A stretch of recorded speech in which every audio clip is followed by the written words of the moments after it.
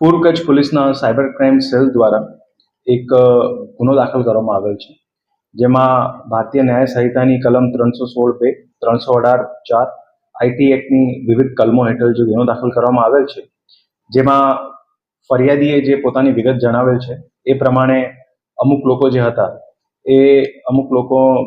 સામાન્ય નાગરિકોને લલચાવી અને બહેલાવી ફુસલાવીને એ લોકોની અમુક ડિટેલ્સ લઈને આઈડેન્ટિટી ડિટેલ્સ લઈને એમના અકાઉન્ટ્સ ખોલાવેલ વિવિધ બેંકોમાં, અને અકાઉન્ટ્સ ખોલાવ્યા પછી એ ખાતાઓમાં જે છે સસ્પિશિયસ ફાઇનાન્શિયલ ટ્રાન્ઝેક્શન થયેલા છે, આર્થિક વ્યવહારો થયેલા છે,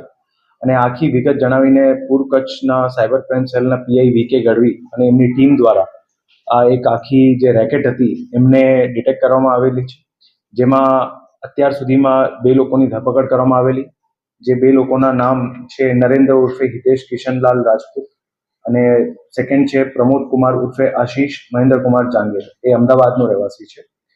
એ બંને લોકો પાસેથી જે વિગત અત્યાર સુધીના ધ્યાને આવેલી છે એમાં આશરે 22 જેટલા વિવિધ બેંક અકાઉન્ટ જે છે એ લોકોની પાસેથી ડિટેલ મેળવી છે, અને એમાં bank of Maharashtra, bank of કર્ણાટકને એચડીએફસી તથા વિવિધ બેંકોના અકાઉન્ટ છે, જેમાં અત્યાર સુધીમાં લગભગ 12.5 થી 12.5 કરોડ જેટલા ફાઇનાન્શિયલ ટ્રાન્ઝેક્શન આર્થિક વ્યવહારો એ ખાતાઓમાં થયેલા છે, જેની જે સમય મર્યાદા છે એ લગભગ છેલ્લે 3-4 મહિનાઓમાં એ બધા વ્યવહારો થયેલા છે. આમાં ખાસ વિગત એવી છે કે જ્યારે પણ આમાં ખાતાઓમાં વ્યવહાર થયેલા છે, તાત્કાલિક જે છે કોઈ પણ પૈસા જ્યારે એમને જમા થતા હોય તો તાત્કાલિક ઉપડી પણ જતા હતા, જેના લીધે પોલીસ દ્વારા ગંભીરતાને લઈને અને ઓવરઓલ ઇન્સિડન્ટમાં ગુનો દાખલ કરવામાં આવેલો છે. 2 લોકોની પણ ધરપકડ પણ કરવામાં આવેલી છે, અને આવતીકાલે નામદાર કોર્ટમાં એમની રિમાન્ડ પણ મેળવવાની તજવીજ કરવામાં આવશે.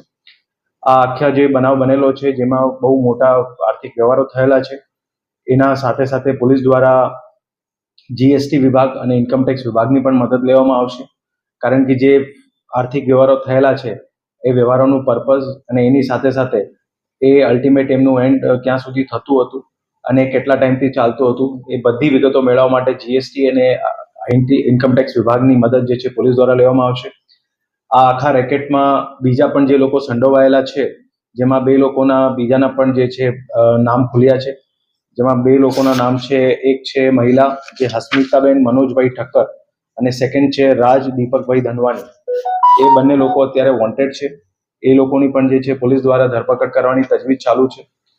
કોઈ પણ સાયબરના બનાવો બનતા હોય એટલે પોલીસ દ્વારા ખાસ એમાં તકેદારી રાખીને એમને ગંભીરતા લઈને આમાં કાર્યવાહી કરવામાં આવતી હોય છે, અને એ જ અનુસંધાને આ બનાવમાં પણ પોલીસ દ્વારા કાર્યવાહી કરવામાં આવેલી છે. આવી કોઈ ટોળકીના બીજા કોઈ લોકો ભોગ બનેલા હોય અને ફરિયાદ કરવા માંગતા હોય, પોલીસ દ્વારા અપીલ છે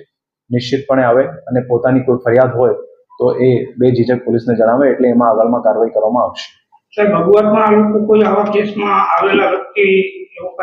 અત્યારે જે 2 લોકોની ધરપકડ કરવામાં આવેલી છે એમની ફર્ધરમાં રિમાન્ડની તજવીજ કરવામાં આવશે, અને બીજા પણ જે એમાં લોકો સંડોવાયેલા છે એની પણ પોલીસ દ્વારા અત્યારે તપાસ ચાલુ છે. એ લોકોનો ગુનાહિત ઇતિહાસ, જૂની કોઈ એવી હિસ્ટ્રી હોય, બધી તપાસો પોલીસ